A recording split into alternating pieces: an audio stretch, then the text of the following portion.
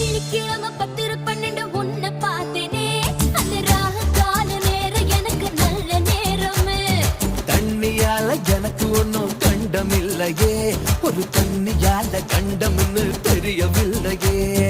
ஆத்துக்குள்ள மீன் பிடிக்க நீச்சல் தெரியணும் காதல் கடலுக்குள்ள முத்தெடுக்க பாய்ச்சல் புரியணும் ஐயா சவப்பாக